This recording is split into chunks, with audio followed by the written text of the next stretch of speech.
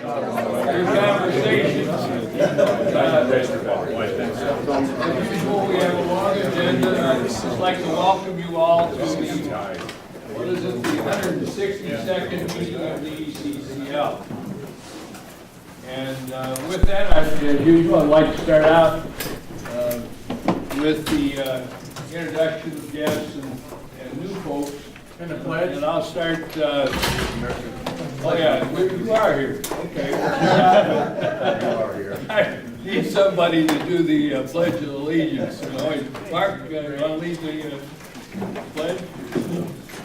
I pledge allegiance to the flag of the United States of America and to the republic for which it stands, one nation, under God, indivisible, with liberty and justice for all. Thank you. Thank you, Mark. And with that, we'll get an introduction. I know that Cecil Pendergast, County Commissioner, is here. Cecil, want to say a couple words? Oh, good afternoon. Thank you. So I hope everybody's having a great summer. In a few months, we will be coming back. Traffic will be picking up. So, and we'll hopefully have the report back next month from the overlay from Estero.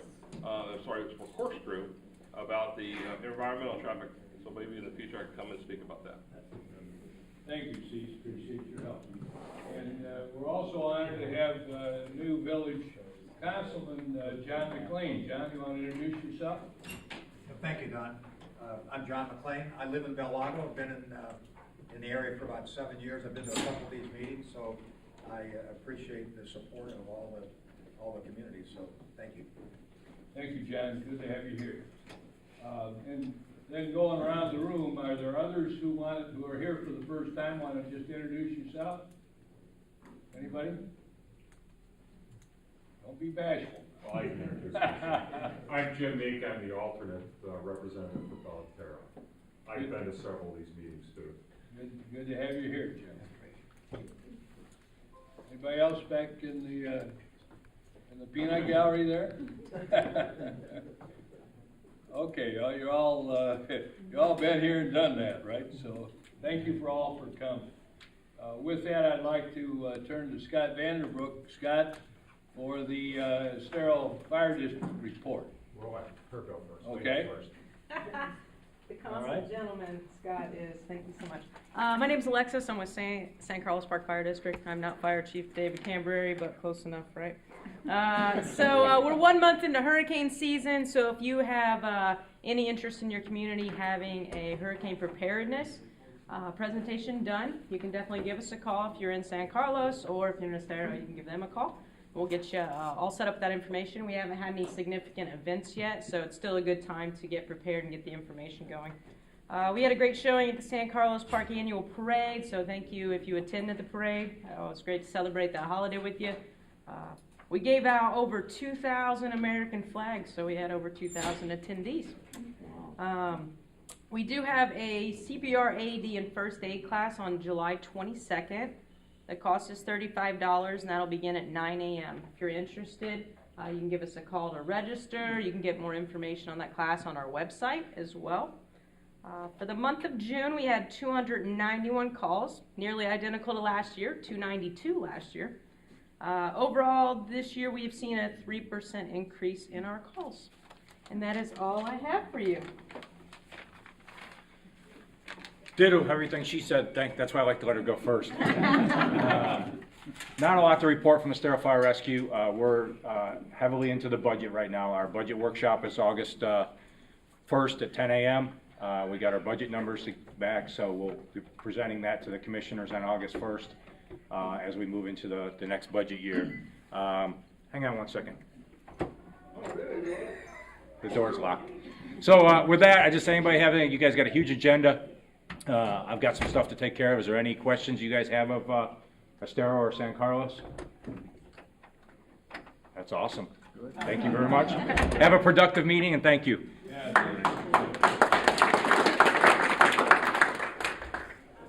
the next item on the agenda is the village report by Mayor Jim Bosch. Thank you, Jim, for being here.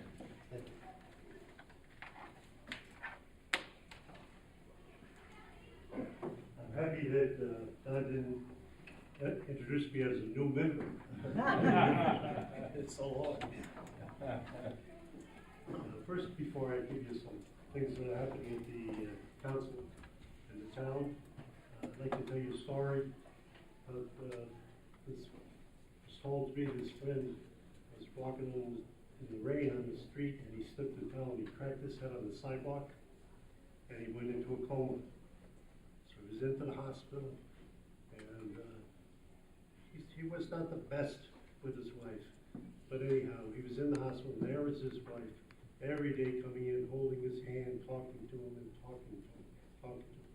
At the end of a month, she's there, and he wakes up, and he says to her, "You are so beautiful. I just can't imagine anything more beautiful." And he goes back in the coma. Well, of course, his wife is still alive. About 2 weeks later, he's there in the hospital, taking him home, and he wakes up, he says, "You are very cute."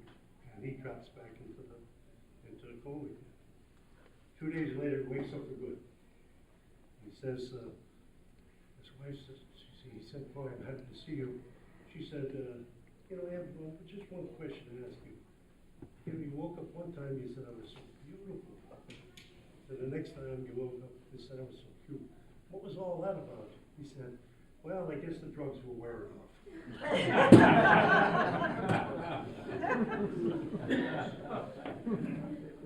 So we're all organized now at the council, and fortunately now we have John, so we have 7 people strong. It's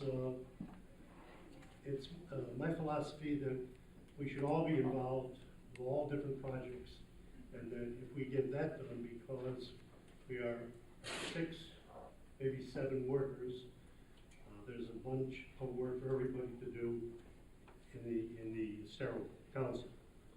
So I'm going to just give you a quick rundown on the assignments for the different council people that you know, and you'll have an idea if you, especially if it's something that you like to talk about.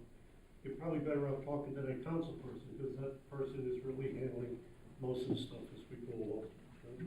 So district number 1 is Vice Mayor Bill Ribble. He's would be in the colony of the West Bay. He really is the contact for FGCU. So anything goes on there between the councilmen, he is responsible for bringing all of us into that. He is also the alternate for the MPO, which you all know. We've lived with that for a long time. That's the traffic organization, transportation in Lee County.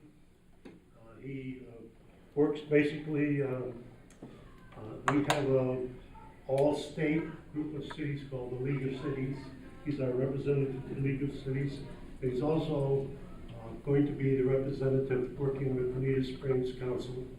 And we hope after so long that we're going to join together in some of these projects, because we then become 60 to 70,000 voters strong rather than separated in the voting things. And for the most part, we all think alike. There was a big project, as you know, at the end of Coconut Road, and they passed last 2 weeks ago, I think, a new item on their town planning and zoning where you can only build 7 stories, where they were looking to build 20 over there. So that will be a big help in terms of where we're going and how they think of, they're going to make sure they don't have this overrun of development, and we will think, watch out that I go there. Number 2 is former Vice Mayor Howard Levitan. He has a bunch of things, but Howard has a tremendous knowledge of the zoning, everything that's going on in the community development department. And we are so fortunate because in the state of Florida, that all comes back for a final vote to the council. And if you're not knowledgeable of all this stuff, you can make some big mistakes. And Howard is there. Jim knows that he's pretty well, that he is pretty knowledgeable about that, helps us out. We are required to put the comprehensive plan together. Now, we put a lot of work together previously in the last 5 or 6 years, but it's got to be finished. And we are required by the state to finish it. So he and the community development department and the village manager are all working to try to get that so we can finish that by the end of the year, hopefully. So we'll get that done. It's a big job. There are also some new development orders that have to be put together, and that has to be on part of the council, so he's doing a huge challenge to get that finished. He said that. This number 3 is our new council person, John. I asked him how big his shoulders were when he came in. He said, I don't know. Why do you ask? Because you've got a lot of work to get done. So his first charge is we've got to get the Estero Parkway project underway, and hopefully we can, with a little bit of luck, maybe get it started before the end of the season starts, and then it'll be the road. But after that, hopefully, the goal would be to get the sidewalks finished up after the season and start all over again. So that would be, it's a challenge. We've got to put it all together, but I think it's possible we can get that done now that we have John on, and he can champion that. We're also looking to have a village-wide, as you have this meetings here, some celebrations village-wide. So the first celebration that we're going to look to do, be village-wide and possibly here, would be Veterans Day. It's a lot of individual things that are going on, but I think we should all celebrate it together as a village. So that will be the first project that John will champion to get that done. Gary Israel announced at the Rotary we'll pick up the ball on the Christmas tree lighting, and hopefully they'll work that out. I think the plans are for here, but tomorrow we'll get together, and John is going to be the liaison with Gary to make sure that that gets underway. We thank Gary for picking up that ball, and you know, the church is doing some new building over there, so on the 41 over there, the Methodist Church, so that it's a real big thing. They worked up with them for the last couple of years, and so it's a great that they're willing to pick up the ball and keep on going. So we thank Gary for that.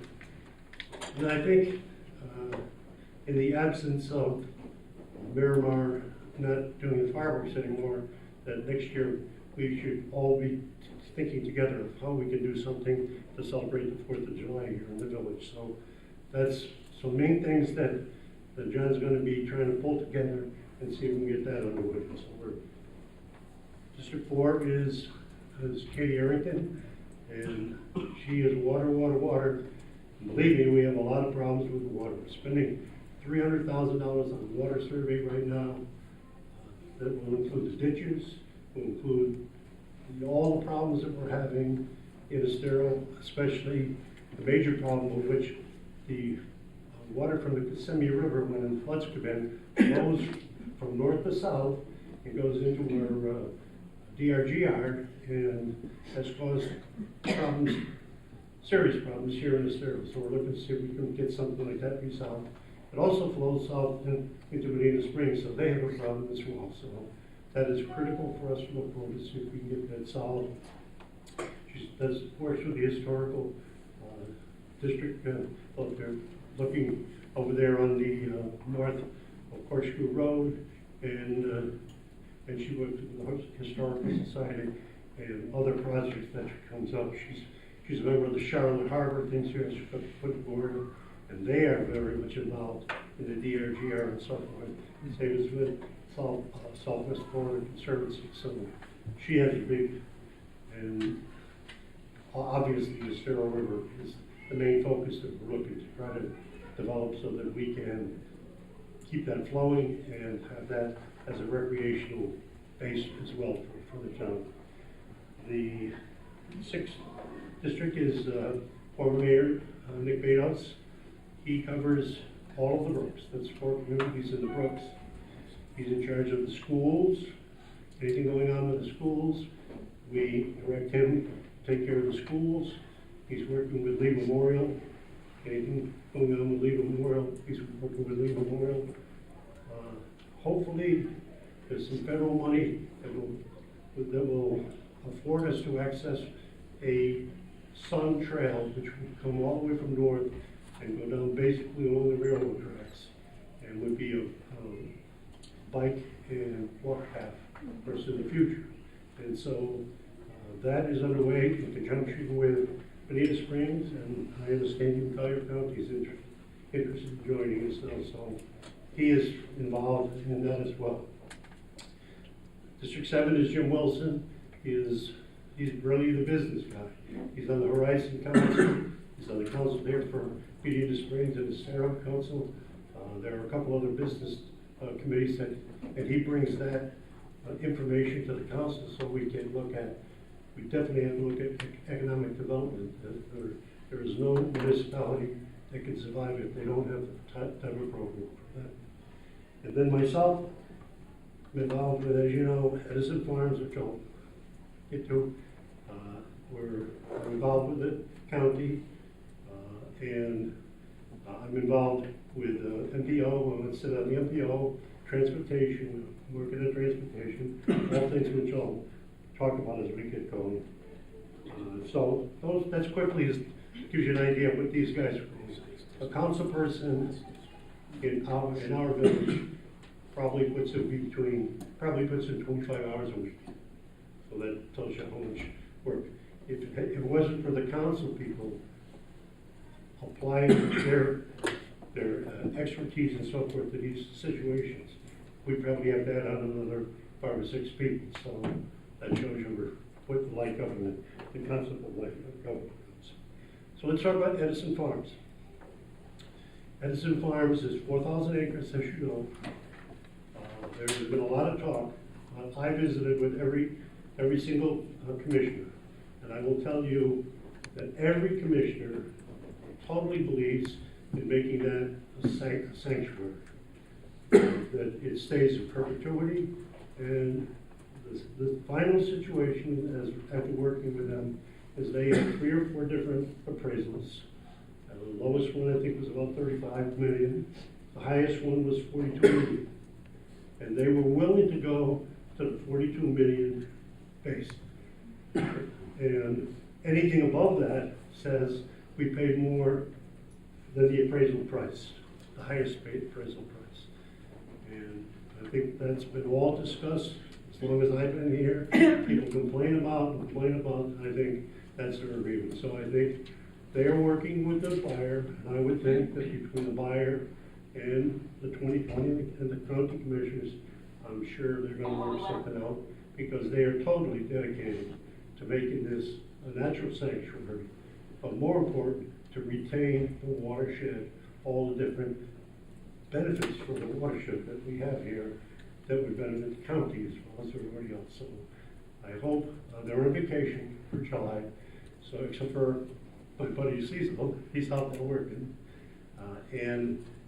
I would think in August, they should be able to resolve something, get something done that is in part. So just keep your fingers crossed and know that the county commissioners are working to try to get this thing accomplished. So I don't think anything negative should be stressed and said about the county commissioners in terms of Edison Farms. Okay? The Estero Parkway, we've got a lot of options. The problem is, everybody wants to have, this is again my opinion, I'm going to tell you, everyone wants to have the most beautiful options necessary. But remember that if there's a hurricane in this town, then you have to have 1 year's reserves in place, because it takes 5 years to get any money back from FEMA.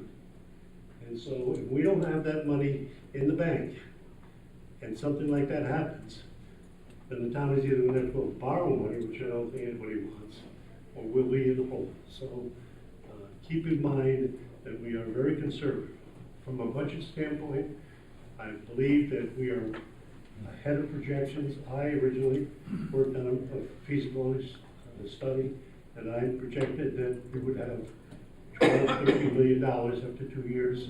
I believe we're working on the budget now, but we'll have probably between $15 or $16 million in reserve in the town. So from a financial standpoint, all of the things that we promised you are working to that goal. That's what I wanted to say about that. Transportation. We have a major problem, as we know, at the underpass on Corkscrew, where all that traffic is all lining up, especially in season. It backs up to Lowe's and sometimes even further. And you can see it almost down here in season. We've met and worked with the both FDOT and LDOT, and believe me, this is not just in 1 year. We've been at this for about 10 years trying to get this. Can support me on that. The FDOT and LDOT will come to a meeting. I believe we'll do it in September, and we'll let you all know. And they will give you a plan on how that is going to be fixed. It will be fixed in 2019, after the season. They estimate it'll be done in about 3 or 4 months, so it'll be done before the next 2019 season starts. And I think if you would like to have an advance idea of what it's going to be like, if you come up on Bonita Beach Road to the underpass there, you'll see that everything is moved to the back, and they have 2 lanes on and off, and then they have 4 lanes.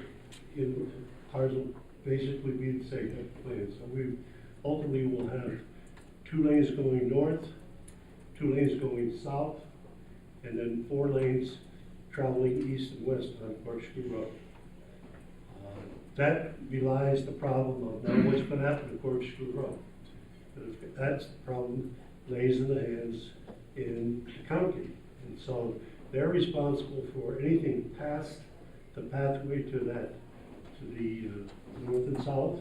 And so they will be answering what they're going to do from there beyond the Corkscrew down to Lowe's, and there up to Miramar, what they're going to do in order to fix that road so it complies with the new development that we have. So it's important for all of us to get to that meeting, ask questions, make sure that people are satisfied that that's going to be the final and best answer for us at this time.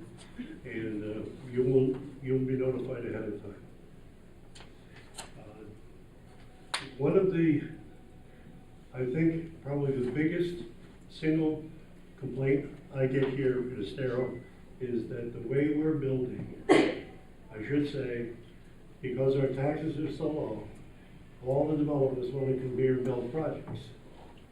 And the way this is going, if we're not careful, we're going to have a cinder block on every blade of grass in this town. And so one of the ideas that we're working on now is that we're looking to start, as the county has a 2020 program, we're looking to see if we can begin to get an Estero Forever type of program here, where we can take some money from the village, but also people who will donate, developers who will donate, and so we can start a fund so that as a piece of land is available, that we're in a position at least to put down payment and buy the land and preserve. So 10 years from now, it'll all be gone if we don't start now. So I would hope that we all are in agreement that this is a necessary thing that we should start going and developing with, and any way that we can think that would be helpful. So that hopefully will get underway this year, and we'll hopefully have that in place for our budget stuff for next year. So please think about that. If there's any one critical thing that we have to do, is we have to get green space in this town. Otherwise, it's not going to be the Estero that we all want and we all know. So maybe I don't think your taxes are going to go up, but I think, volunteering, doing different things to raise funds and so forth is the way we have to make this happen. The final thing I want to bring to you is that the village has, like you have a website for the ECCL. The village has a website. And if you are if you just sign up for the website, anything that happens in Estero, the design review meeting, the TP&Z meetings, the reports on the different projects that are being done, all comes through and will automatically come into your website so you'll know what's going on in the town. And we have over 30,000 people off-season in this town. We probably go up to now 50,000 people in season. Of all those people, we only have 700 people who have signed up on that website. So if you please just go to the Estero website, you'll see a section where you can register to get those messages, and you'll get all the information that's going on in the town, in addition to the information that you get from the ECCL. So I hope you, at least you get, and bring that to your communities, to your meetings in your communities, and we'll have some people that will be informed about what's going on in the town. That's what our goal is, to make sure you're knowledgeable what the town is, not just having 7 or 8 people with all the information that's going. So I thank you for inviting me. Is there any questions for anybody here? Any questions for Jim? Yeah, I got it. Yes. Yes. On the Edison Farms, are we the only bidder there, or are there contractors or people? Well, Cecil, why don't you answer that? Are you We're currently the only ones negotiating with the buyer that we're aware of. We've not been advised of any other negotiations. Okay. Yeah. It's a big piece of property without a name. Any other questions? Thank you for inviting me. Pick up the ball. Thank you, Ken. Great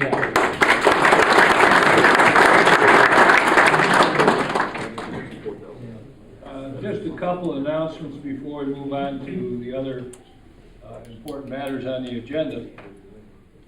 Adrian Meyer, who has served as the ECCL membership director for about the last 6 months or so, got overwhelmed with other commitments, and so she has resigned that position.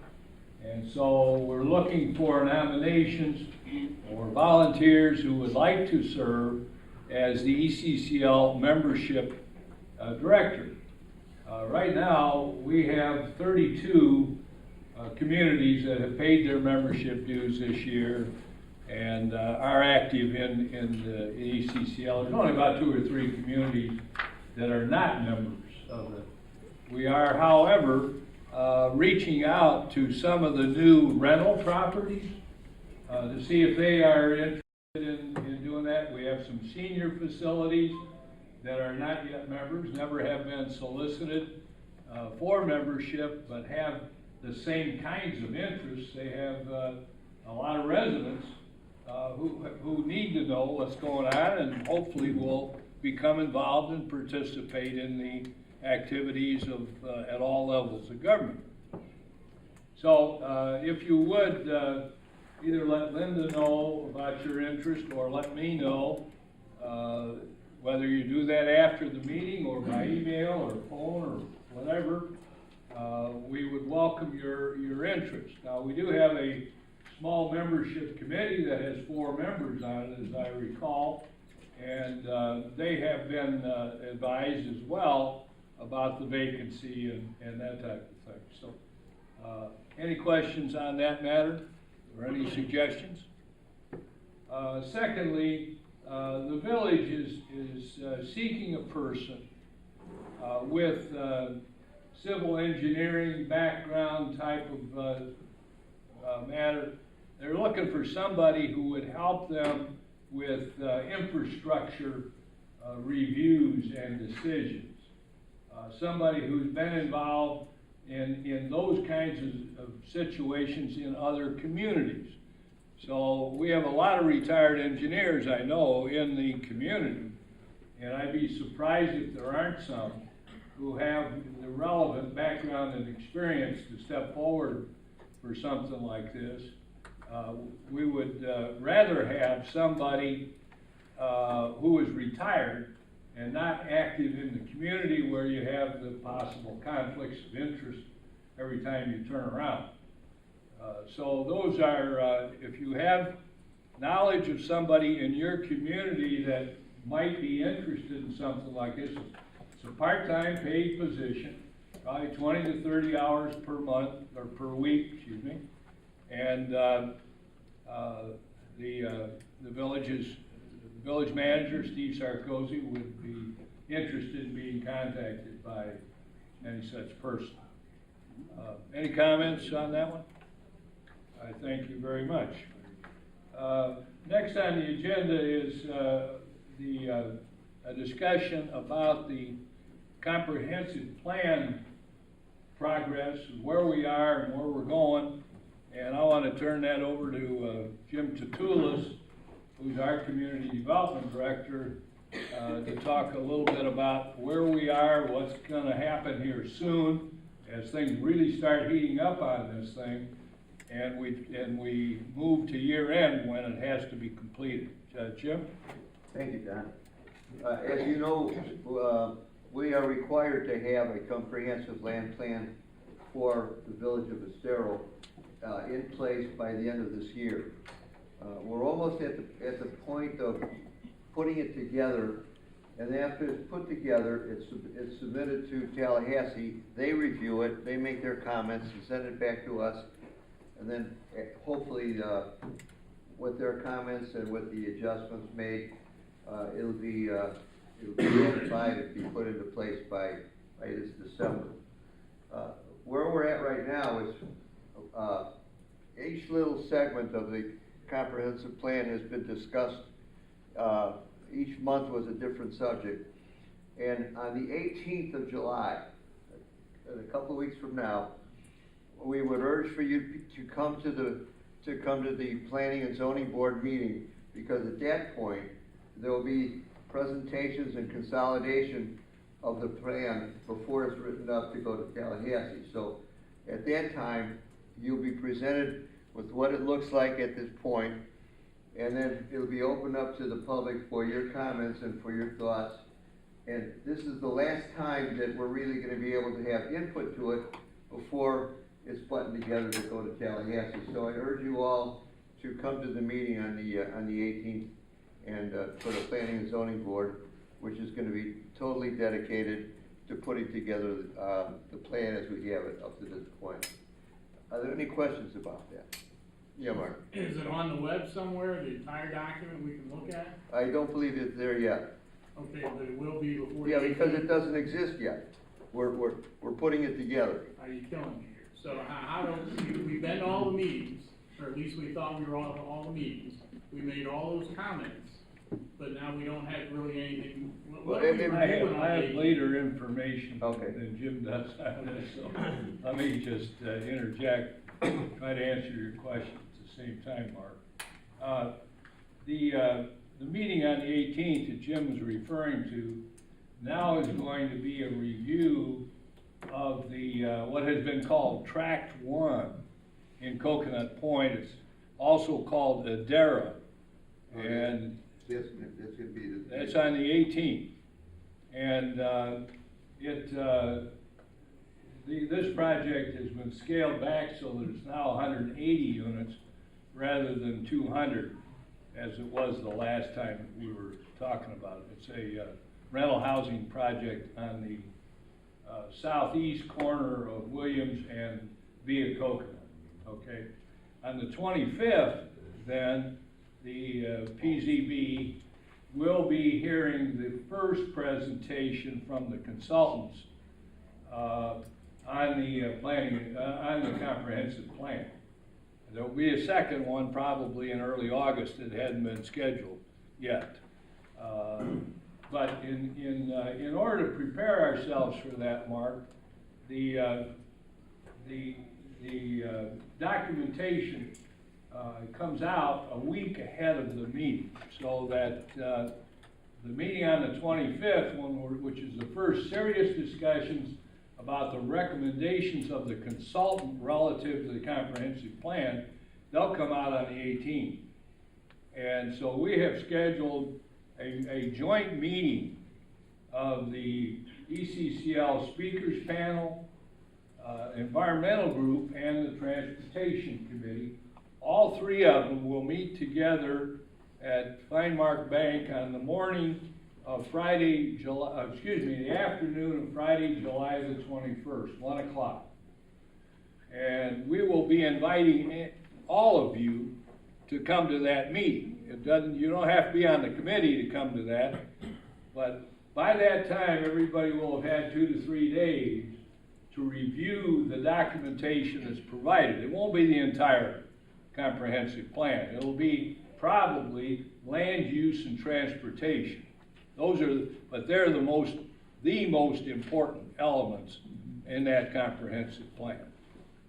So it's a very, very important meeting, as will be the one that follows in another week or two, as soon as the consultant can get that information together, be prepared to move it ahead.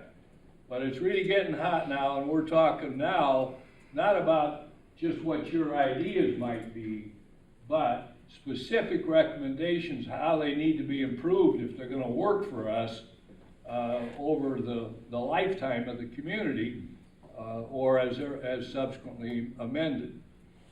So very, very important. By the end of the year, as Jim has indicated, the village council will have reviewed all of this after the PZB goes through its entire process.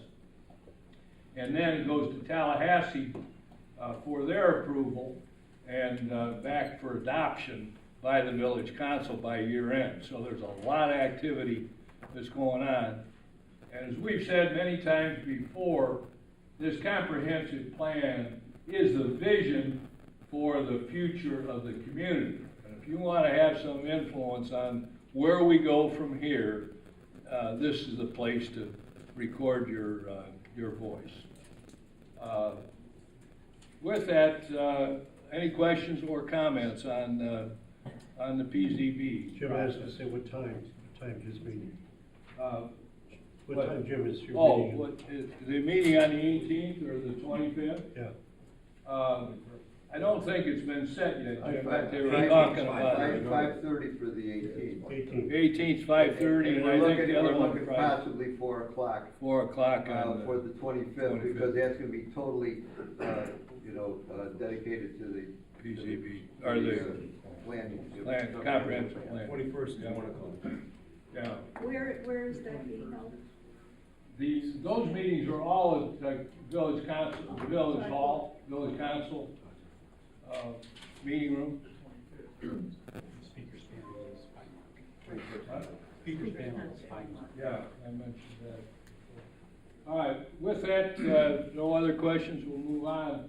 I wanted to talk a little bit here, and the next item on the agenda, about what's going on from a development perspective in Estero. And I say that in this context. We have village, I got involved in helping to manage the development of the village back in 1999. So it's about 17, 18 years that we really have been involved in this process. And we have, during that period of time, we've added 14,000 housing units and 4 million square foot of commercial, largely retail development. So any of these developers who constantly say it's so hard to do business in Estero, and they're anti-development, hadn't been paying attention to what's going on. That doesn't mean that we haven't had high standards and haven't tried to uniformly and rigorously enforce them. To the extent that we have a beautiful community, it is partly responsible, or these efforts have been partly responsible for that. But you constantly, from the development side, we constantly hear, oh, you guys are just too tough.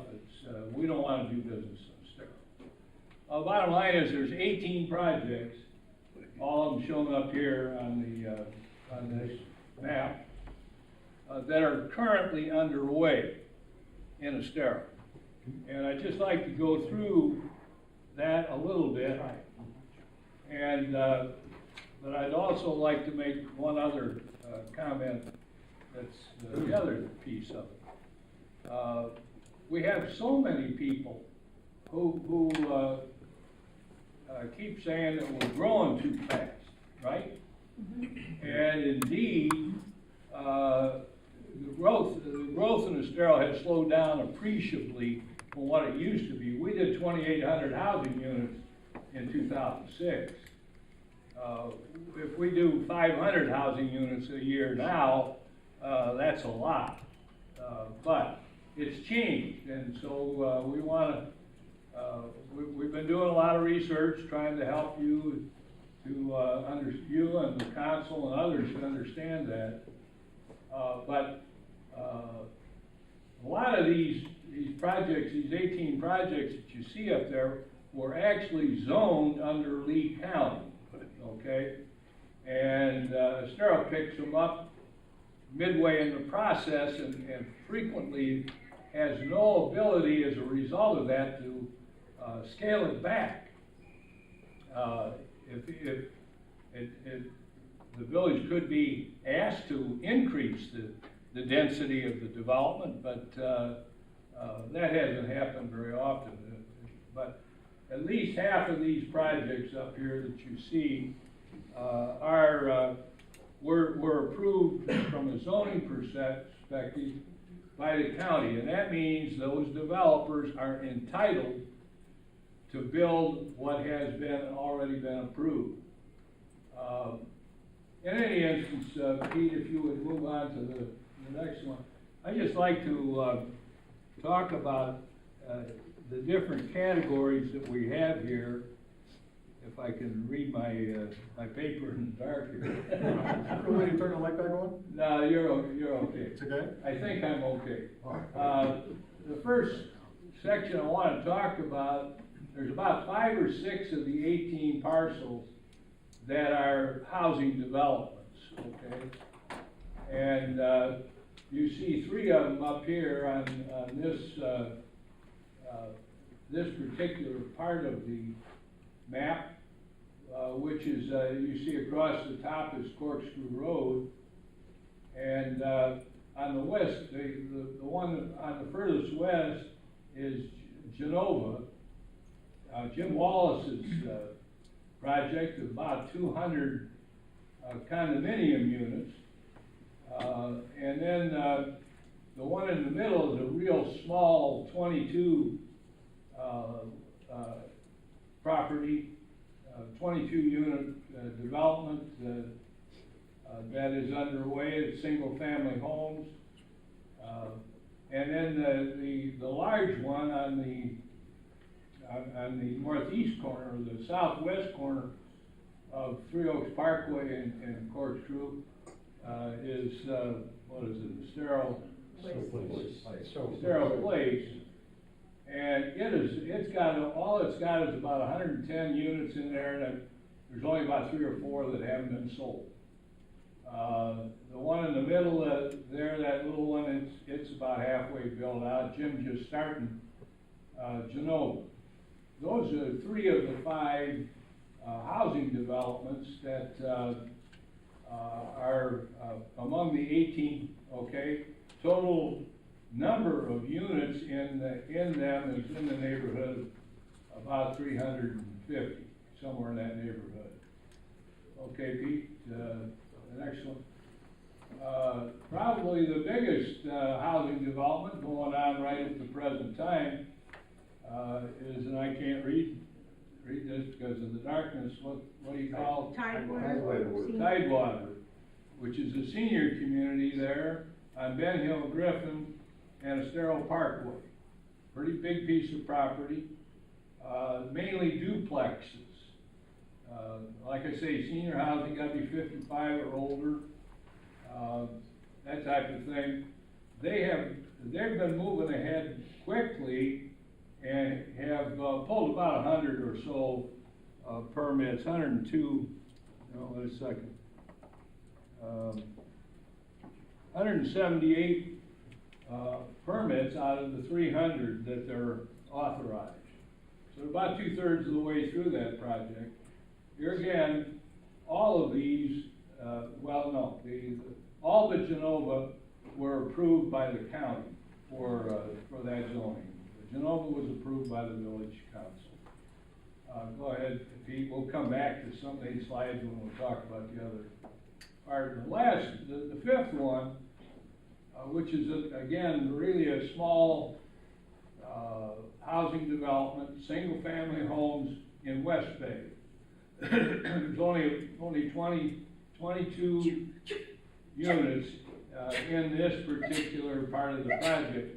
West Bay, as you know, has been under development for probably 15 years, and is largely built out, but it has some parcels in there yet to be developed.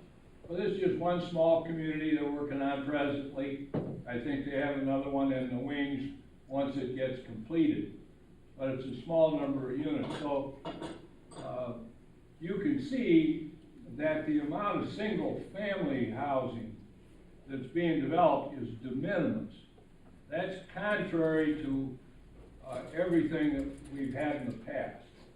And let me just one more broad number that I think is important given what was said before. There are about 17,000 acres in Estero. There's about 400 acres that are left vacant, okay? 400 out of 17,000. We're largely built out. We don't have a lot of vacant land to be developed. Now, is it going to be developed intensively? I'd say yes, it probably is. If you look at the applications that are coming down the pike, they're all talking about multifamily, usually rental today. And we have the statistics on how many we've got about 2,000 rental units in Estero, either in the pipeline or already constructed. And we've got about 800 senior housing units that either have been constructed or are contemplated as we move ahead. All of that in the last 3 or 4 years. Prior to that point in time, we didn't have any rental housing for a long, long period of time. We had one project that got converted to condos years ago, and that was it. So the market today, where you have properties that are entitled to housing units, which we have a number of them that are not in this discussion because they're not underway yet. They have been approved frequently by the county, and there's no way that the village can say you can't do that. All the village can try to do is manage it appropriately with the help of the public. So we want to move ahead. That's all the housing stuff. Now we start getting into some of the other items that we have here. We had, Pete, what can is you this? use the flashlight when you're home? Say again? You're done. There you go. Oh, thank you. Whoops. I'm trying to read what slide I've got here. Okay, this, Number 10? This is Coconut Point in right-hand side in the center, and the lower part in purple is Lee Memorial. okay, all right. Thank you.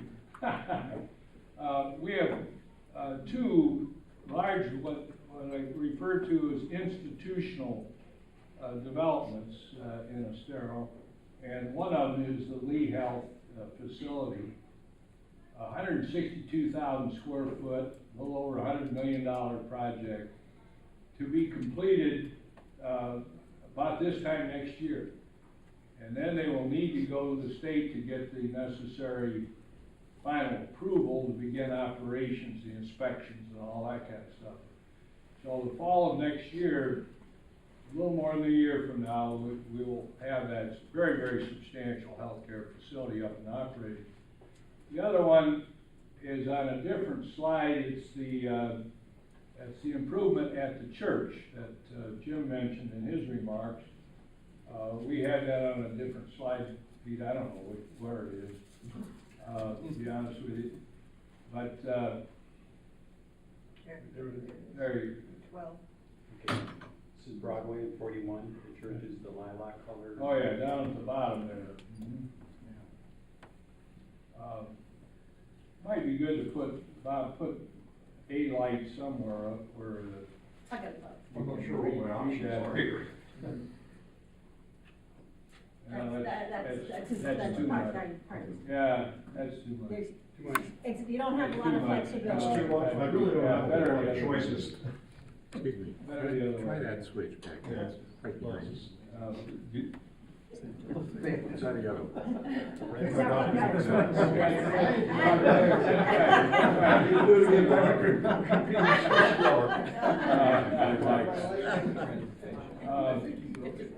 So you got those two institutional things. The other stuff in red is retail projects or commercial projects. We've got 5 or 6 of them. This slide shows the what do you call it? Med Express, which is on the it's an outlet in the Walmart shopping center. And then the other project that you have on there is Estero Grand, which is the only mixed-use development that we have. And by mixed use, I mean the part that's right on the street is 100,000 square foot of commercial. Back in the back is all residential, about 280 housing units. You want to move to a different slide here? All right. Couple point. Yeah, I thought we talked about that. We didn't. This is the last of the housing units down there. This is Pebble Point, it's called. It's in there between Lighthouse Bay and Copperleaf and the Brooks. And it has a total of 90 units, 60 of which have been permitted, so it's well underway. Not much left to do there.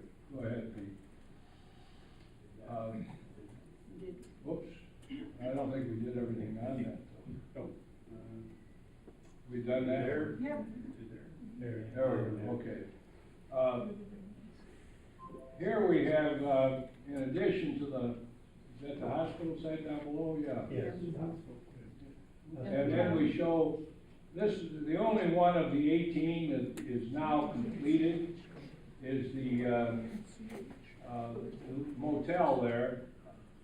On the right side of the picture, just east of Via Coconut. And it just opened last month, and it's an extended stay hotel that originally was brought in as a result of Hertz, with the intention that it was going to provide an opportunity for people coming in for training and stuff like that to be able to be housed while they're here for a week or something like that, or for customers that would be visiting the area. In addition, then you have 2 retail projects there. This is the storage facility on the west side of 41. And you can, those of you who drive up and down 41, as I do, can see that the structure is pretty well up, but the interior hasn't really begun. My guess is it's probably another 6 months before that's going to be completed. But it's on about a 4 or 5 acre site.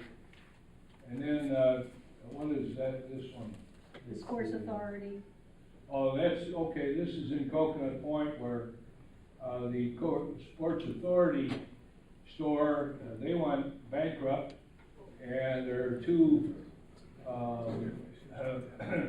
firms that are usually going to build out that space, and they're both expected to open very soon. Total wine. Total Wine and Tuesday morning. morning. There's pretty much splitting the space, and they're expected to open September, October of this year. All right, Peter? Here we did this one. I guess that's pretty well covered.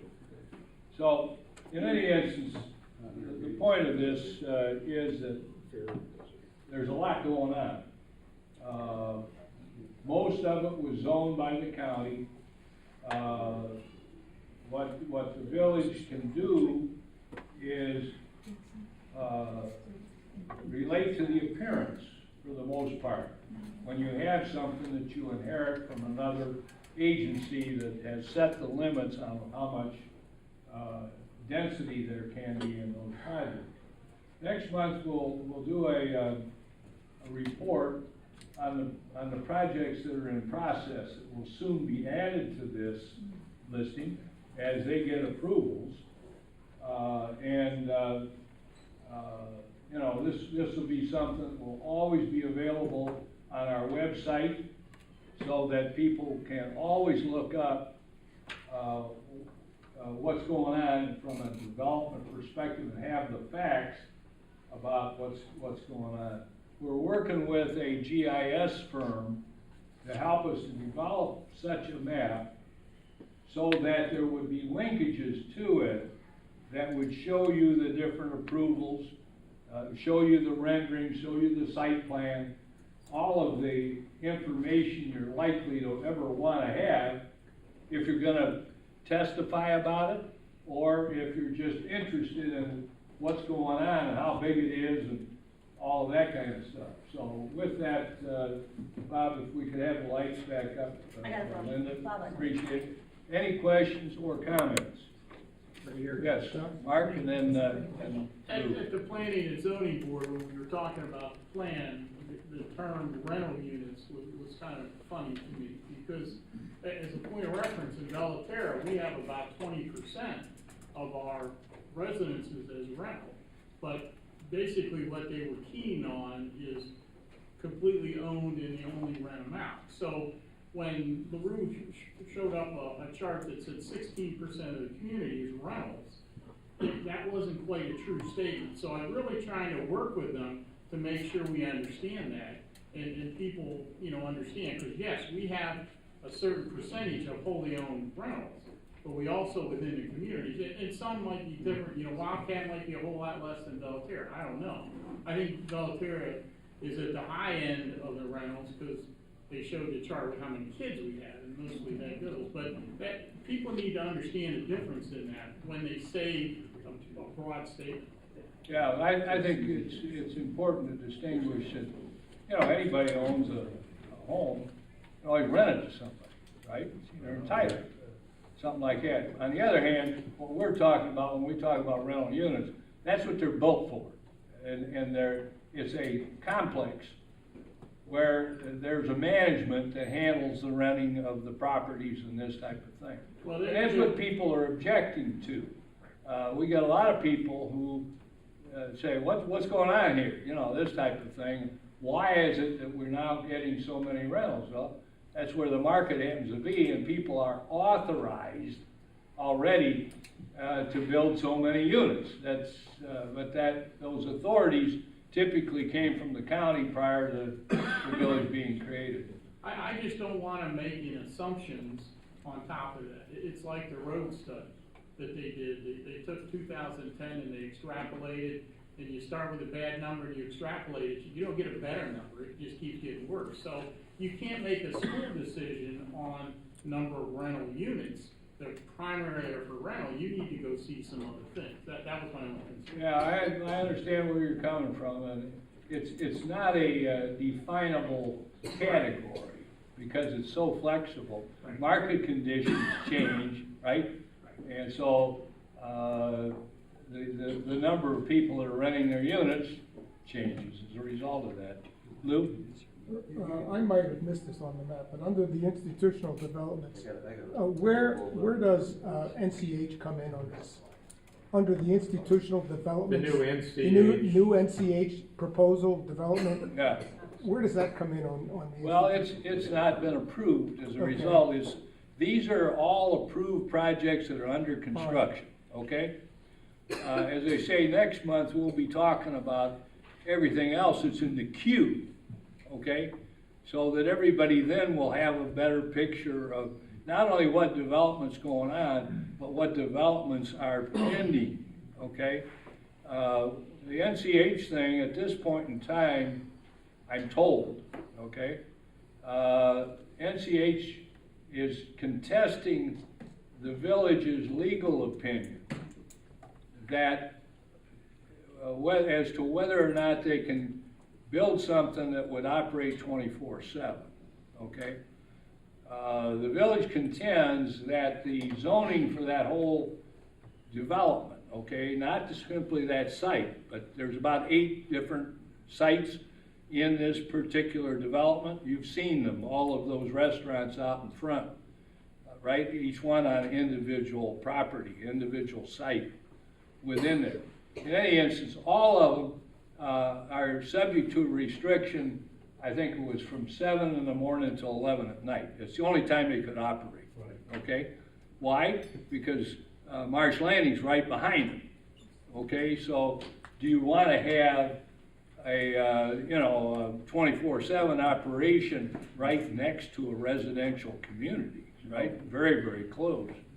And so NCH argues that that doesn't apply to them. I don't know where they get that idea, but they've got lawyers that will make that argument.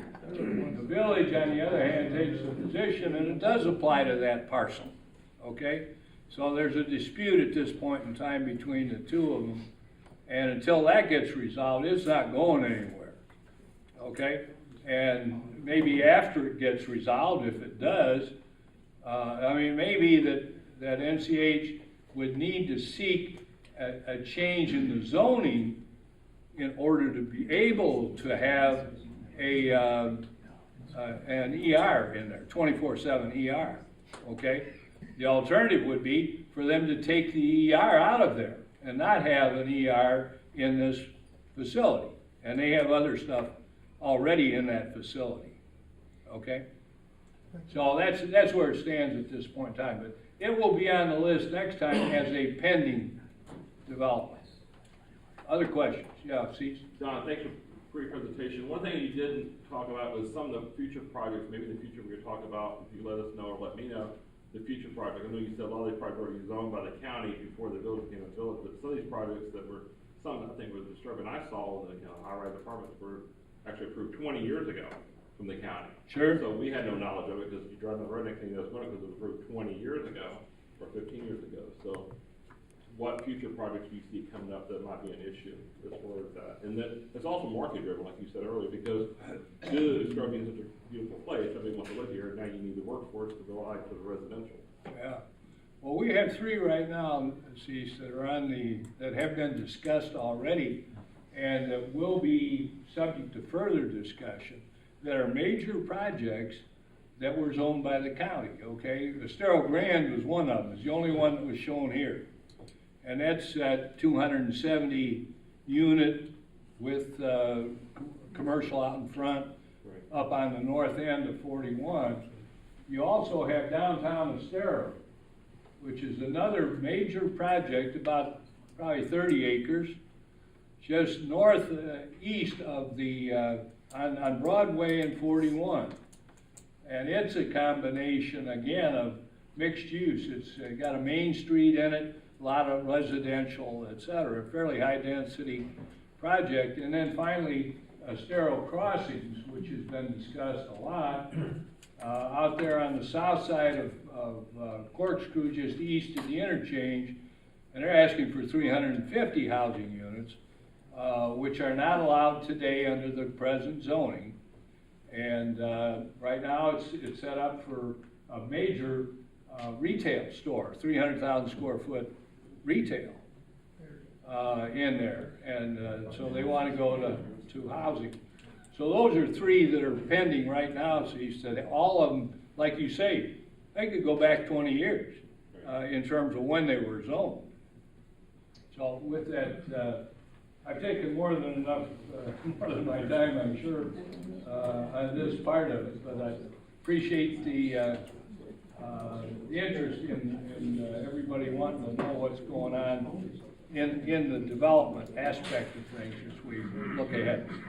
With that, I want to turn it over to Jim again for the projects in process. Go ahead, Jim. First of all, I'd like to say, you just have heard the dean of development in Estero. That's right. If there's anybody that knows what's coming off, what's gonna come off, and what would like to come off, it's Don. And Don, I compliment you on you being involved for such a long period of time, but still being involved and being in such a leader for this town. Appreciate it. Thank you.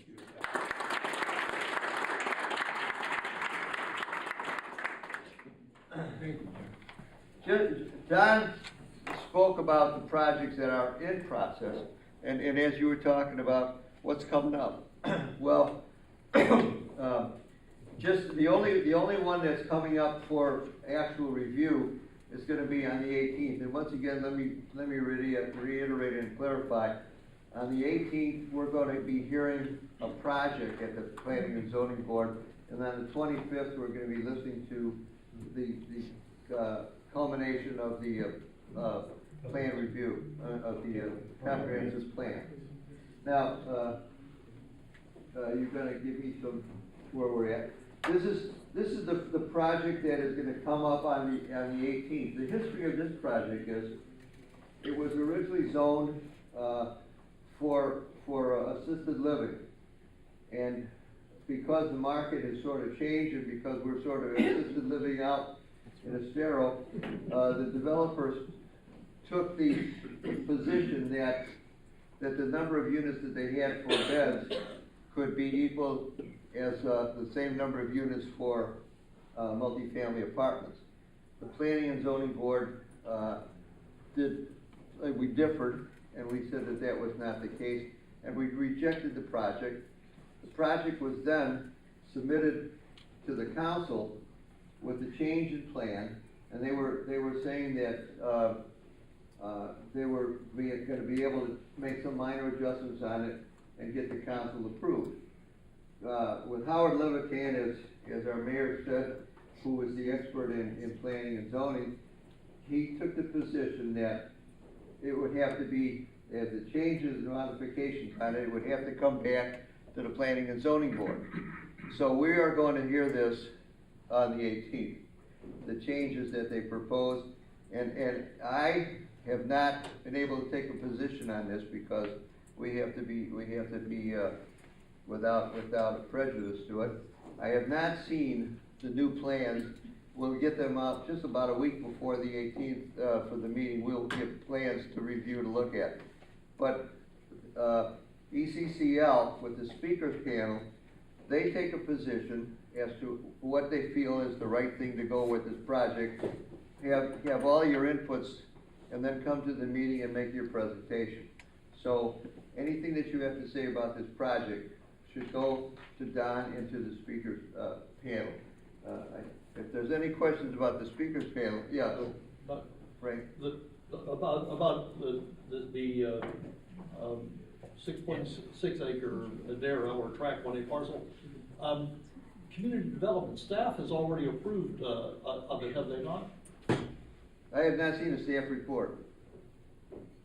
They had something, Jim, that came out a while back where they were recommending approval, right? Yes, Mary Gibbs had pointed that out, yeah. I found that a bit, surprising that, well, they're recommending to planning and zoning that you're recommending your approval. Yeah. I got you. Yeah, I don't remember how that came out, Jim, that we have seen that. Instead of 30 units per acre on 6.6 acre parcel with 200 units, it's now 180 on 6.6 acres, so it's 27 units per acre, which is a bit better, but still pretty good.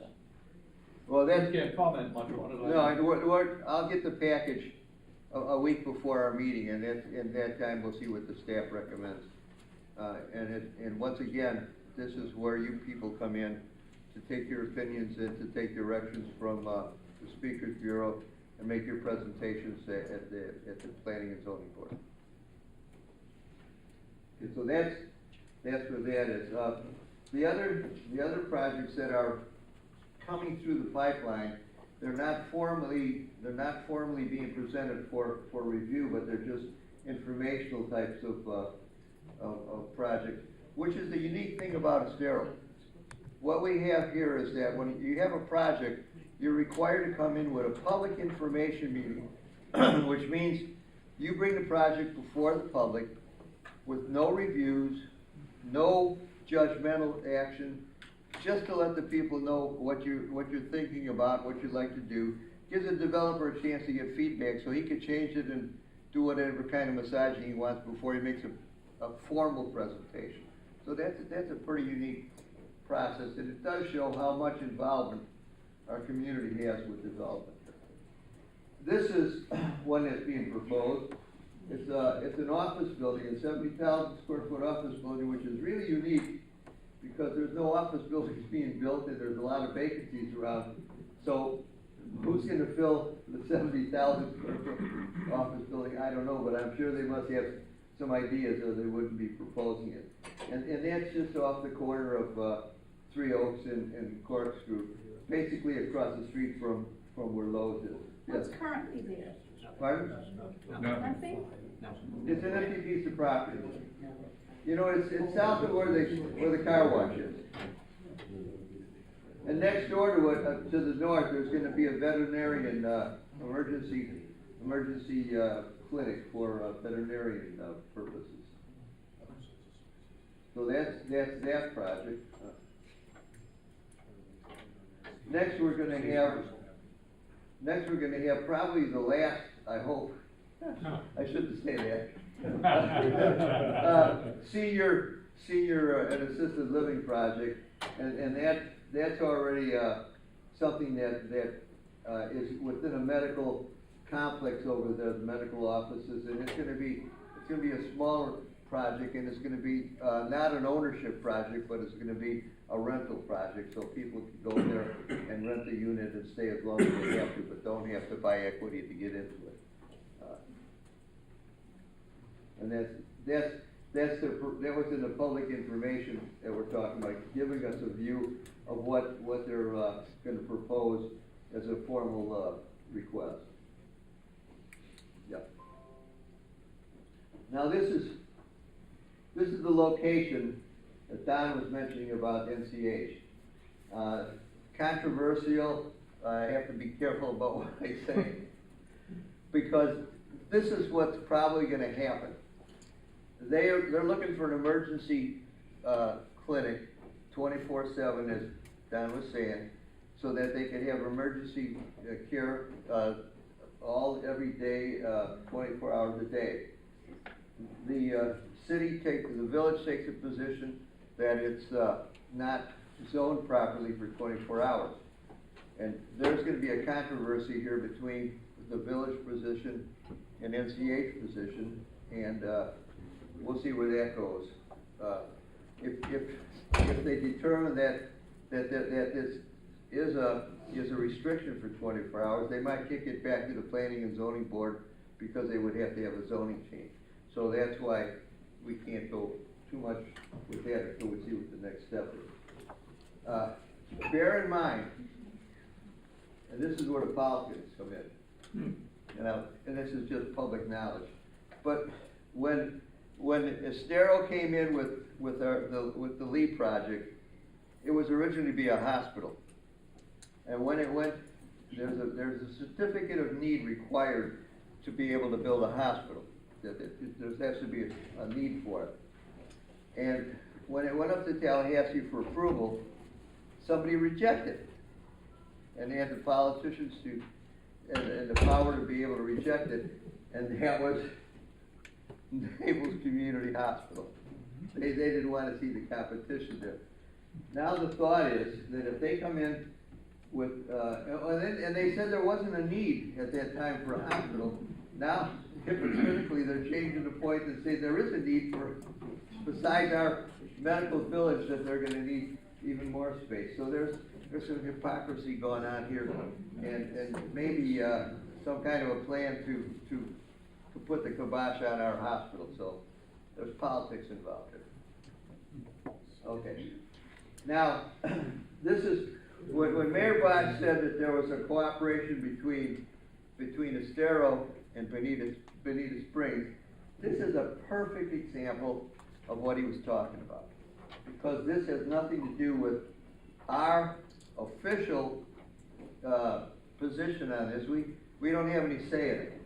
But what they're looking at is, developing high-rises, developing, a private, marina over there, and also, around the Raptor Bay Golf Course, there's timeshares, and so they're wanting to put 2 more timeshare buildings in there. And those are informational to us, because we don't have any jurisdiction over them. But, show us Corkscrew Road. Coconut. Coconut Road, I'm sorry, or Coconut, down at the bottom. Well, if all that development takes place, it's gonna have to come through our street. So we're gonna be required to maintain it. It's only a 2-lane. There was talk of 4 22-story buildings that were played back and forth with WCI to get that in exchange for having an annexation to Bonita Springs. And that may be controversial also, but all of that impacts us, and in order for us to be able to do something about it, we as a planning and zoning board, as a design review board, the council officially can't do anything because it's not under our jurisdiction. But this is where cooperation between the mayor and the other mayor and the 2 councils getting together. And all I can say is, Jim, we really appreciate having this cooperation between villages instead of finding competition between them. So that's a perfect example of how farsighted our council members are.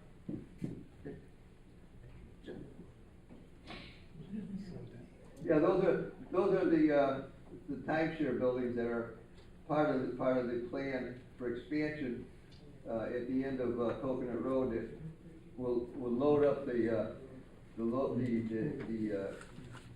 use of the street, but we won't have any official position to block it. And that was also granted before. That was county granted.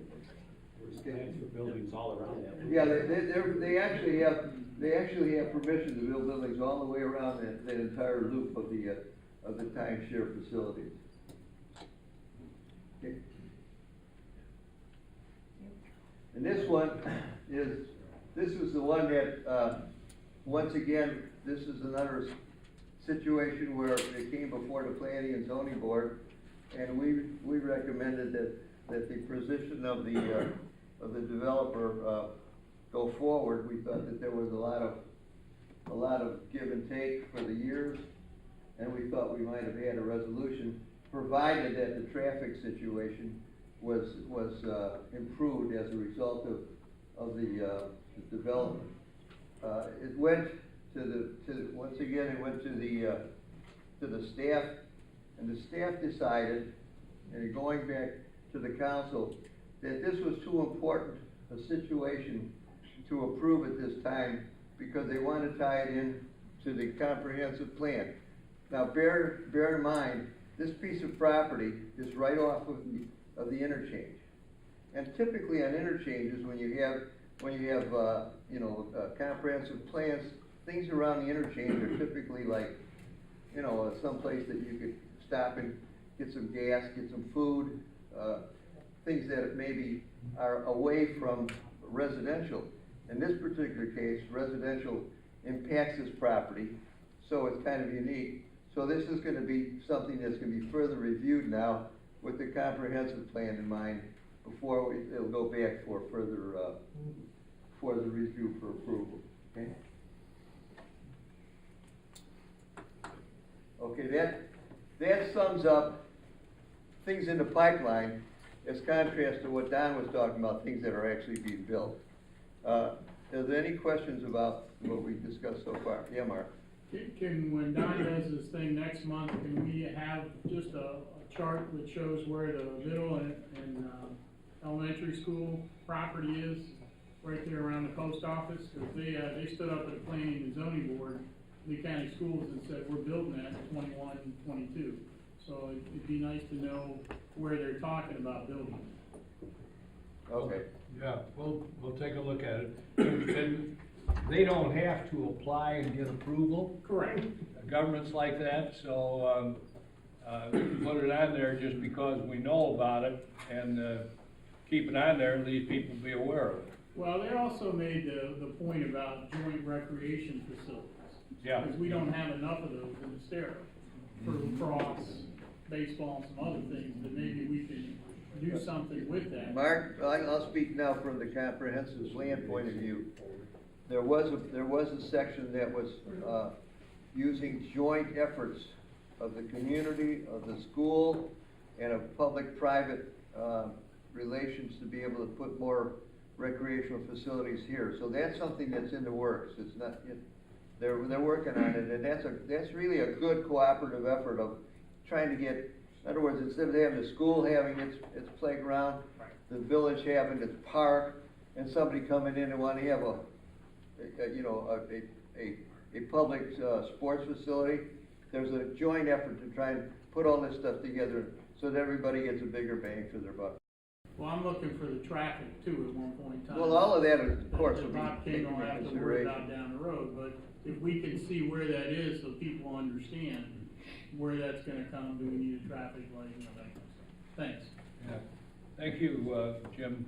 We need to move along and, get Bob King up here to talk a little bit about the Transportation Committee and its efforts.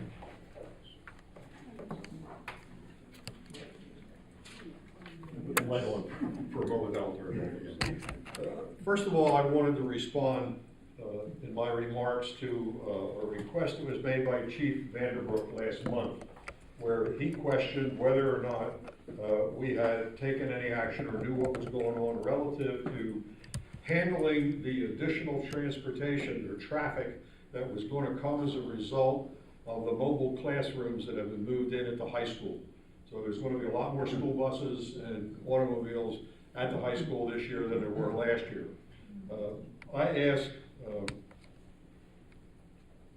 a representative from the committee if he would help me at Wheel. Ed's very much involved in school. And he reached out yesterday to the principals of both Benita High School, our high school, the transportation director for the school district, and also I think we had provided information back to Nick Betos, because the mayor had mentioned that he is the liaison to the schools. What we have learned, and the response was very rapid, they came right back and said that they were aware of it, that there was going to be additional Lee County Sheriff's involvement, there were going to be resident involvement, that they were at this point in time felt that they had a good understanding of what was going to happen and they had it covered. But I wanted to make sure that we followed up. That was a request that was made by the chief. Estero Parkway, the mayor had already mentioned that Estero Parkway is moving ahead. It is a street that all of us are looking at to be sort of the showplace for Estero as we go forward. But by the same time, it has to stay within the budget constraints that we have. Right at the moment, there is a plan to put together the whole project so it's understood what is going to be built from beginning to end, and then phase in the construction based off of what makes sense. Probably the road will be first, and then followed with the other elements.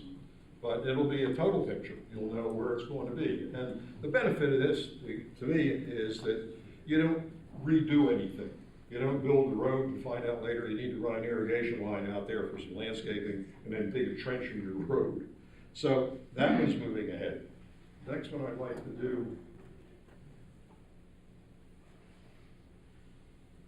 the FDOT project that was mentioned earlier. Right at the moment, there's going to be some interim improvements made to the interchange. And this was important because this has an impact on a lot of folks. The folks that live in the Woodlands, what's going to happen, their driveway is immediately adjacent to the interchange. It's important to understand how traffic is going to be handled through that area. looks at the moment as though, and the mayor had mentioned it, that there's going to be, I believe, on the 20th of September, a review of the planned improvements that will be presented by FDOT to council. I would encourage those folks that are really interested in that area to attend that meeting to get an understanding of what FDOT is proposing in terms of what will the change be and when can you expect it to be implemented. LGOT would be there too. Pardon me? Both FDOT and LGOT would be there too. And they, okay, yes. This is basically what was proposed. There was a feasibility study conducted by FDOT already. This shows Corkscrew Road. Essentially what it's just showing is there are going to be 2 turn lanes going north on I-75. If you are going westbound on Corkscrew, there are going to be 2 turn lanes to southbound 75. It's hoped, from what they have said, that this improvement will put the level of service of that interchange to an acceptable level through 2029. Lee County, the Environmental Enhancement and Preservation Overlay Study, which most people look at and say, what's that? That's the county traffic study. What they're looking at is what is going to be the influence of these projects here, here, here, and there on the level of service and the functioning of Corkscrew Road. Right at the moment, there is a conference planned where this will be presented. I believe it's next Thursday at Florida Gulf Coast University. That's correct, Pete? Yeah, next Thursday. There should have been a number of people in the room who have interest that should have received invitations or notices of that meeting. But that's going to be an opportunity for us to find out what the study has recommended for improvements to give us a level of service that's acceptable after those communities are being built. That also will give us some feedback on what's going to occur on Corkscrew Road down as far as Three Oaks Parkway. This particular study included from Three Oaks all the way to Route 82. And it goes from Corkscrew Road to Alico. So it is pretty inclusive. Matter of fact, it overlaps some of the work that's being done with the village study. The county road projects, well, this is it actually. There's the 13th Florida Gulf Coast, Player Paul. The traffic analysis, including roadway needs, will be presented. This is important because they're going to identify the calculation of the proportionate share, which means that those 4 communities are going to be given a bill that says this is your contribution it takes to bring the level of service of that road to an acceptable level. Some other items that are going on right now, the traffic signal at Bellaterra.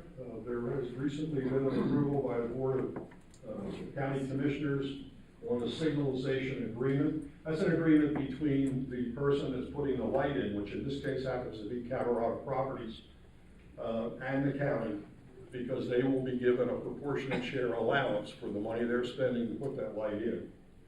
There's a signal at Grandeza that also is moving forward. In that particular case, the stakeholders will be the ones that are going to be putting up the funds, Grandeza, Germain, and the apartment complexes in that area will be funding it. That's moving through the approval process and is also, at this point in time, has no apparent stumbling blocks.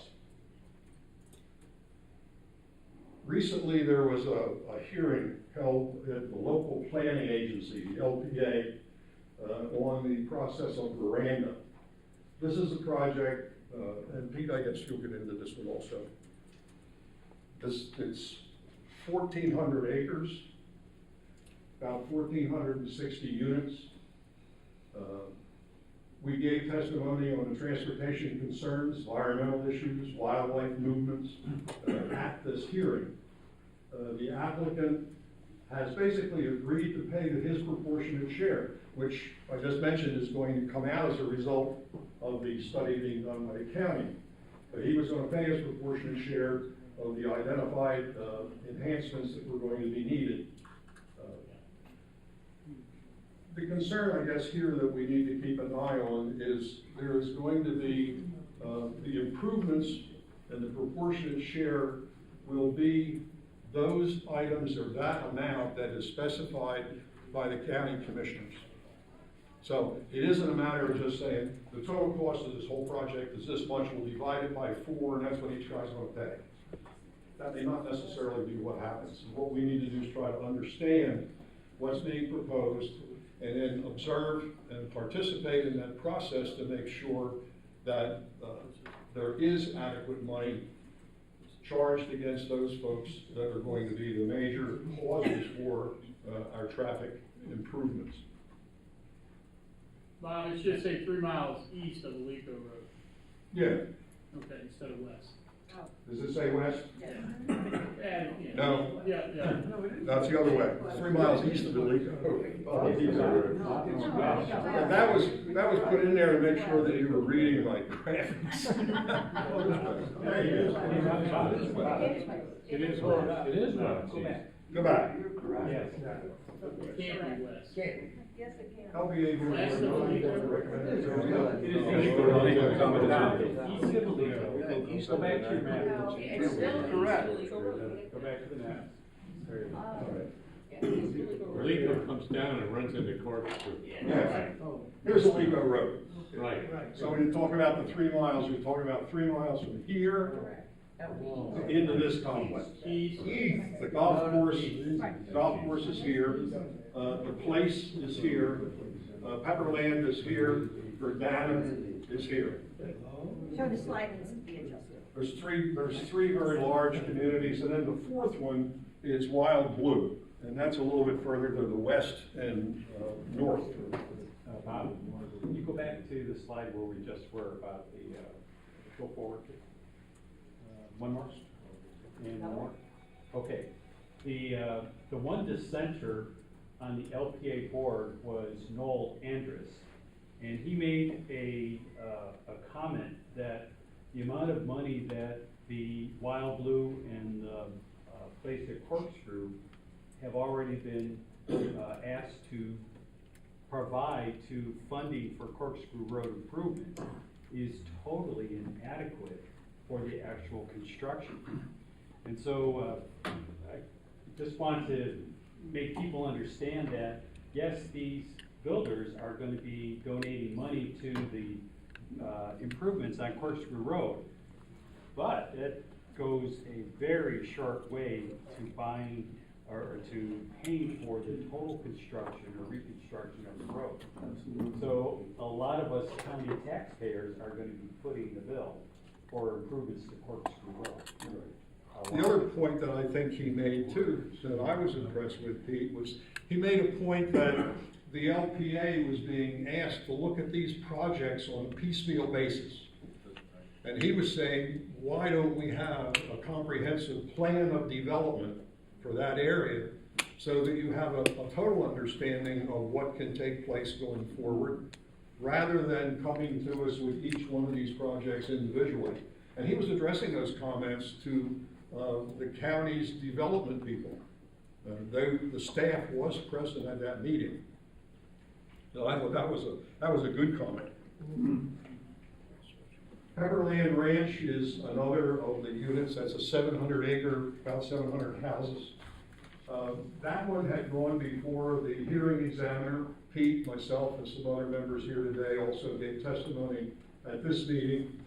The recommendation that came out of it was that to send it to the Board of County Commissioners with conditions.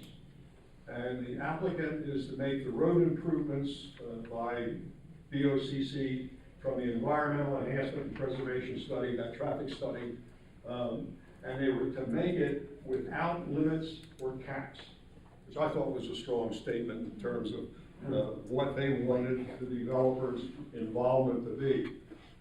But they didn't want to have a cap on it. One of the things Pete had just mentioned was there had been some pre-arrangements or agreements between the developers and the county on what their level of involvement would be. And the planning For Wild people Blue and Place. and the place. I think it was it $1,900 or $1,600 per unit? I think it's 1,900.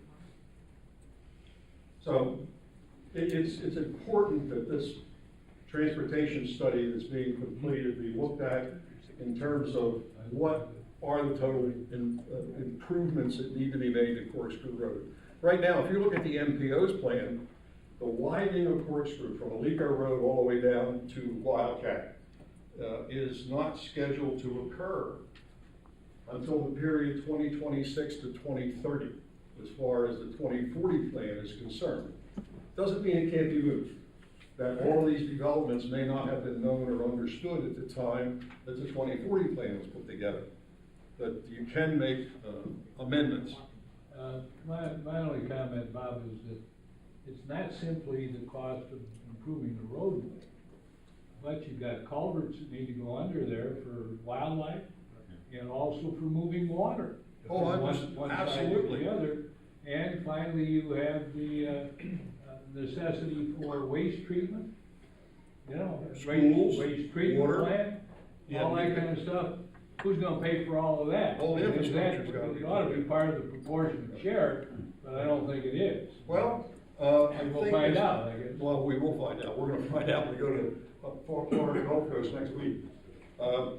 And yes, Don, you're absolutely right. Those things are all important and need to be addressed. I'm the transportation guy. That's why we go to these meetings. I'm gonna let Pete speak to those. Pepperland, let me see, Pepperland, now, we're applicant, without limitation. And this one now is going to go to the Board of County Commissioners. The village transportation study, right at the moment, I still don't have a date on when we can expect our first view of what Kimberly Horn is doing. I had received information from Mary Gibbs as late as yesterday, and that date hasn't been set yet. That basically concludes my comments. If there are questions, I'd certainly like to entertain those. That's good, thank you. Nancy? I just have a question. Excuse me, over Yes. there. You didn't mention anything on 41, and I assume that's a state road, US 41. Yes. Okay, but what about a traffic light from where the hospital's gonna come out onto 41? Those are issues that are currently, I guess, not far enough along in the planning process. We have our transportation person for that area that will be looking into that, Joyce Johnson. And that is a need. We've got a couple of those that I didn't mention today. There's a traffic light at the hospital, I'm sorry, at the fire station. That's a blinking yellow light. That really needs to be an operational traffic light for those residential communities trying to get out and turn north. It becomes almost impossible. That's been an effort that's been going on for years, and we're going to continue to fight it. I want to move right along with Pete's environmental report, if we could. And then we have Joe Maselli here to wrap things up.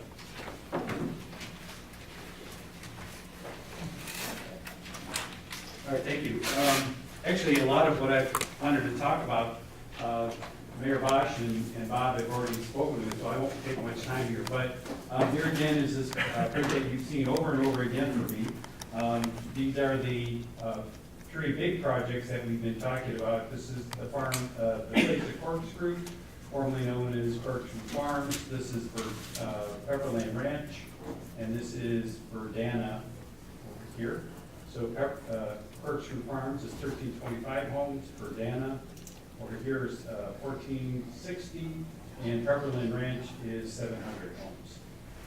Also out on Corkscrew Road, further east, is proposed Troyer Brothers Mine, which I'll go over in a second here.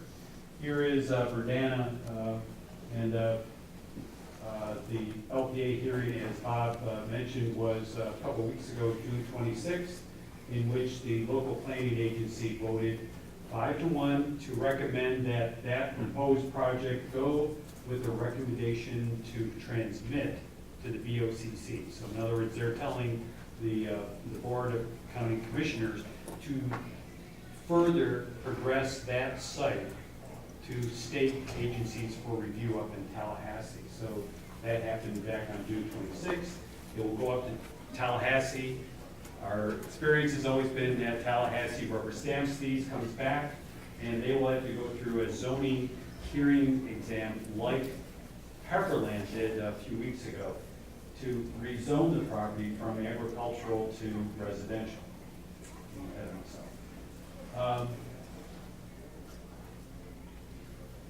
So Rodan One Ed, I want to stress Troyer Brothers' proposed line, which is this area right here, which is very close to these three developments. It's this long property, roughly 1,900 acres, of which half of it would be mined. And they are saying that the amount of truck traffic will generally go to the north to State Route 82. I've just developed this print to show, they say that all of their trucks will go northwest on 82 or Mockley Road to Daniels Parkway to 75 to access 75 if they need to do that. We've, myself and others have pointed out, well, they can also go make a safe right-hand turn, another safe right-hand turn, and take Corkscrew Road all the way to 75 if they have a southbound load.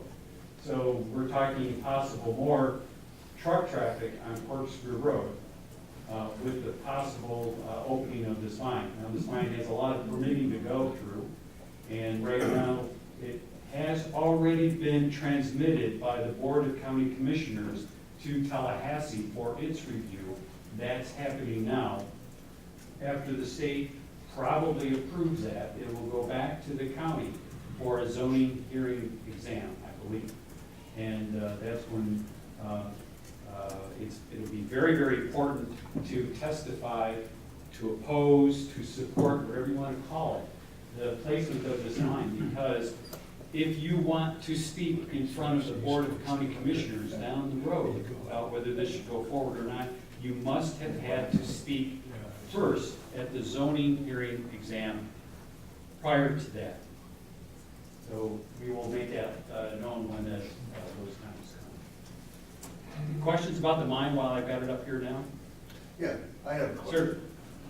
Sir? If they were to approve something like that, why can't they just, if you want it, you have to use 82 to go north or south? Well, the mine owners have already said that their processing plant will be up to the north here.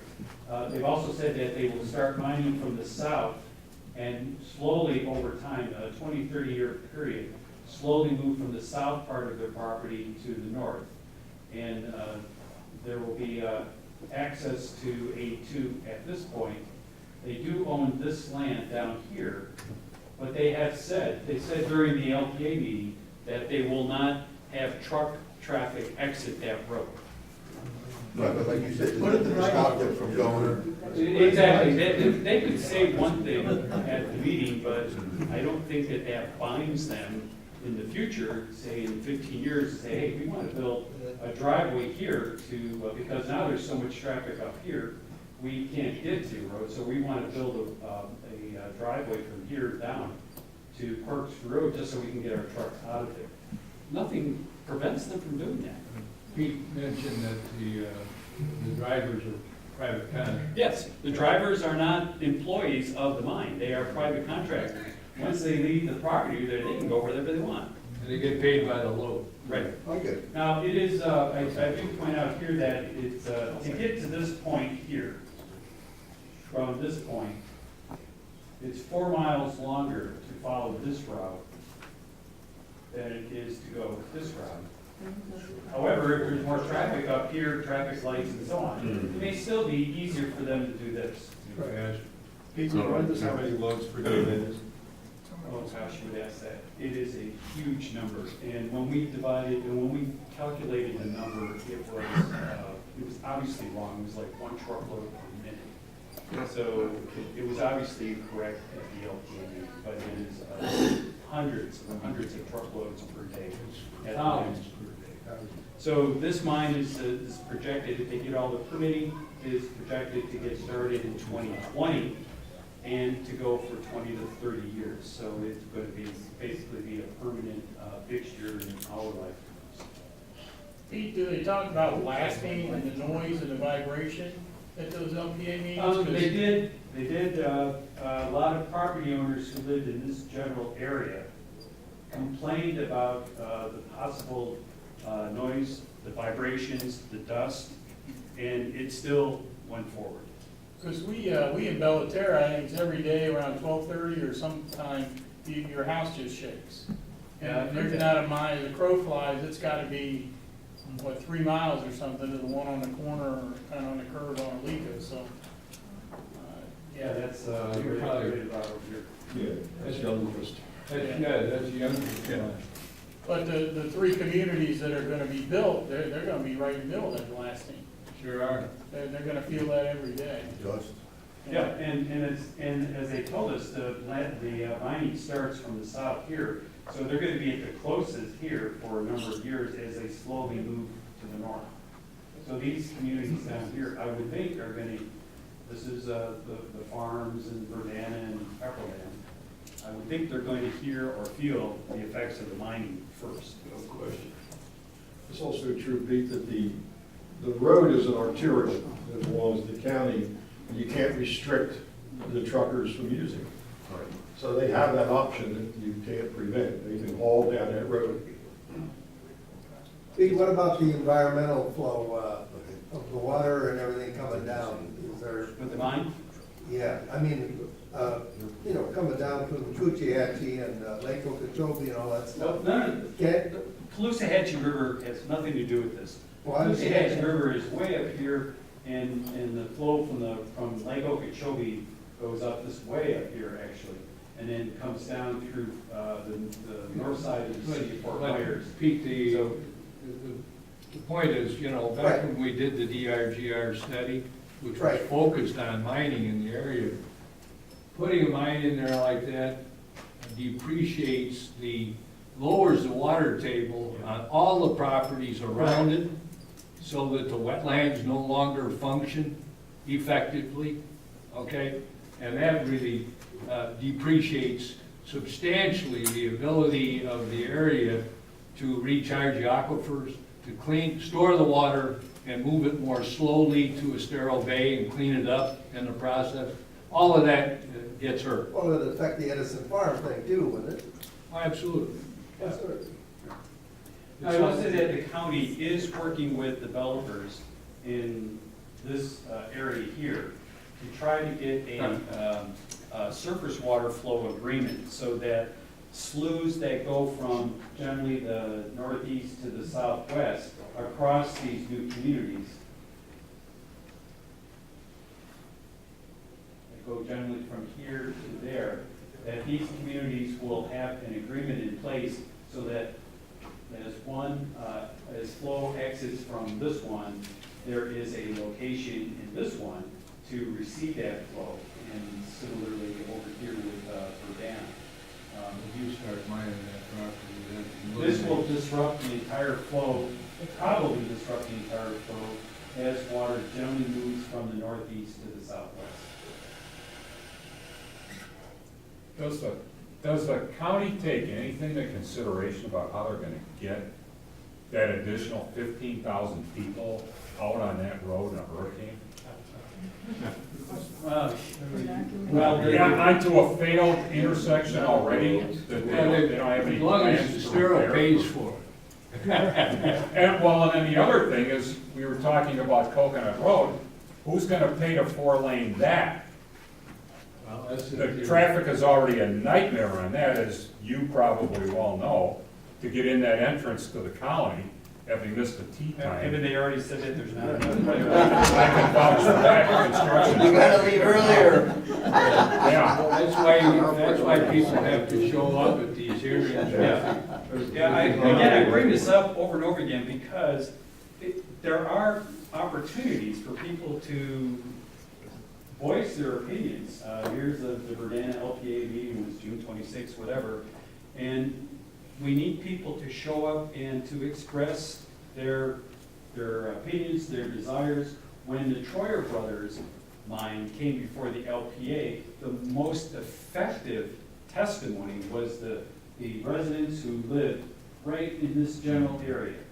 They gave personal anecdotes of how the mining is going to affect their lives.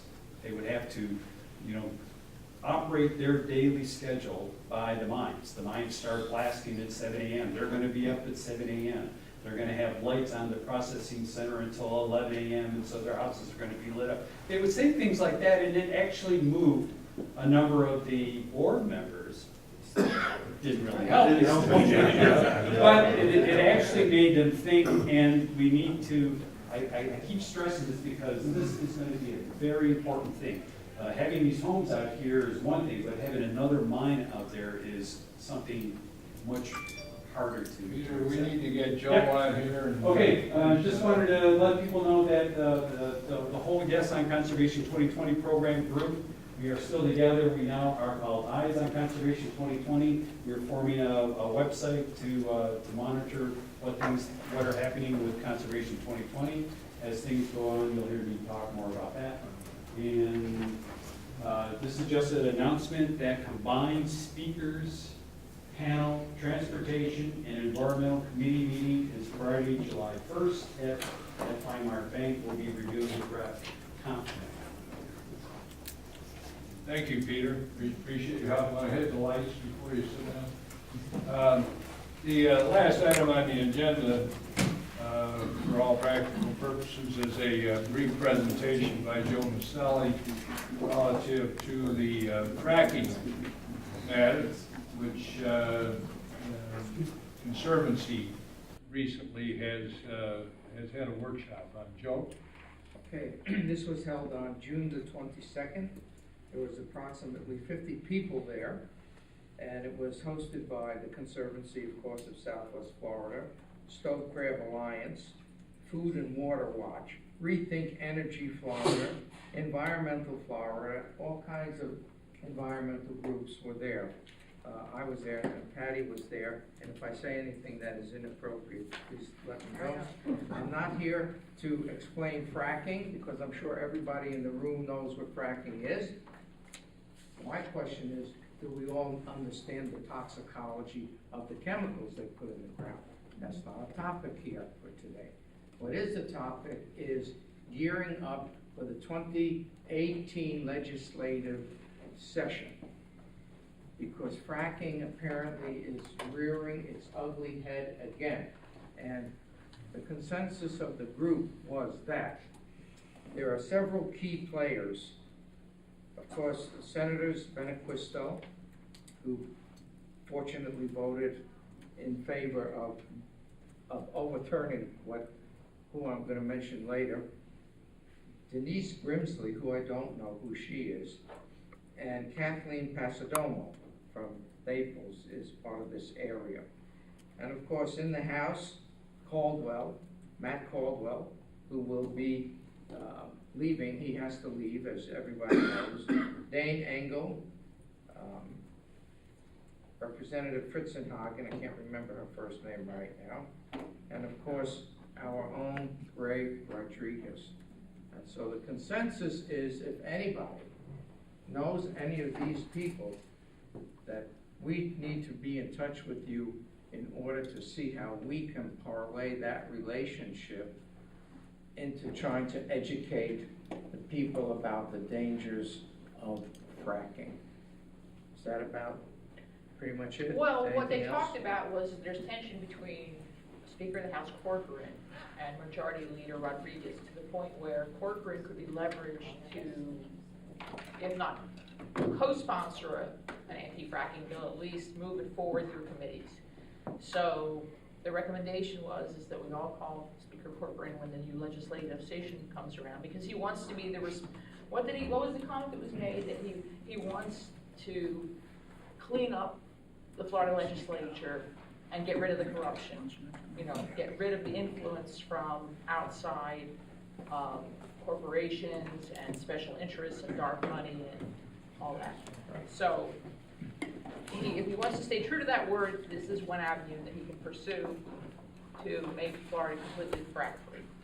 And it's also well recognized that the city of Bonita Springs, the village of Estero, and the ECCL have some political clout that must be exercised.